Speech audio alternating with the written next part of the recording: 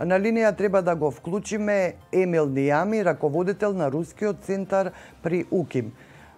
Дали го имаме Емил? Добро утро. Добро утро, Емил. Како сте ова утро? Малку сонлива, ама пријатно со сонцето. Така е. Вие имате еден интересен настан вечерва во вашиот центар, во кој го одбележувате јубилеот на 160 години од раѓањето на големиот руски писател Чехов. Па ве молам, за што се работи, бидејќи се работи за трибина за малиот современ човек, што е вака провокативен наслов? Па всушност, кога размислувавме што треба да се направи во врска со еден ваков јубилеј, размислувавме за многу нешта, меѓутоа сите оние читања, гледања филмови, театарски представи, така натаму, не ни беа доволен предизвик.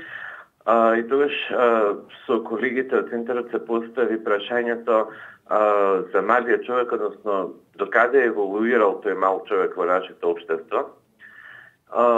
Така што решивме да направиме една трибина и да видиме во овие некои 120 на години колку е смената состојбата со малиот Чехов.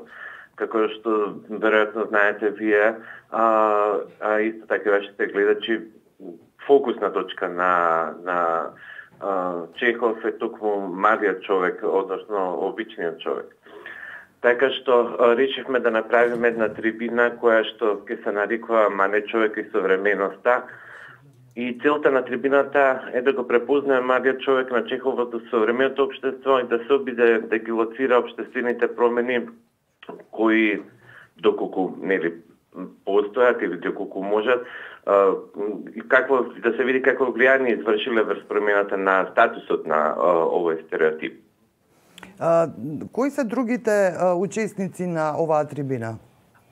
Значи, трибината ќе водат практично, така да кажем, иницијални каписли на разговорите ќе бидат професорот Мишел Павловски, потоа Билјана Тануровска-Килавковски, која што е културен работник и куратор, писателот Петар Антоновски и исто така Никола Шиндре, кој што е борец за човекови права.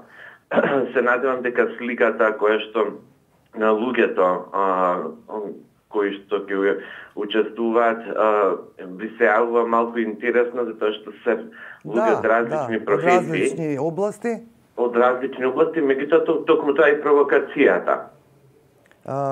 Кажете ми, кои се другите активности што еве во блиска иднина ги планирате во Рускиот центар? Дали имате заинтересирани, Емил? Дали студентите доаѓаат кај вас за разни информации? Видете, Рускиот центар во принцип работи навистина многу добро во изминативе 4 нешто години. Ние секоја година, како што им е познато на граѓаните на нашата земја, секоја година распишувам бесплатни курсеви по руски јазик и секоја година бројката се зголемува. Значи, веќе на почетокот на вториот семестар стандардно остануваат 500 души кои го изучуваат рускиот јазик, но исто така имаме и голем број активности. Секој петок имаме некој настан, кај нас се одржуваше еве во декември недела на руската култура, кај што имавме гости од Русија. Во мај обично се одржува саем на книгата. Значи, постојано имаме некакви настани, освен трибини, разни предавања, промоции и така натаму. Да. Ви благодарам, Емил, што утрово се јавивте во нашата емисија и што ни ја најавивте вашата програма. Ви посакувам убава трибина, интересна трибина. Ви благодарам и вам.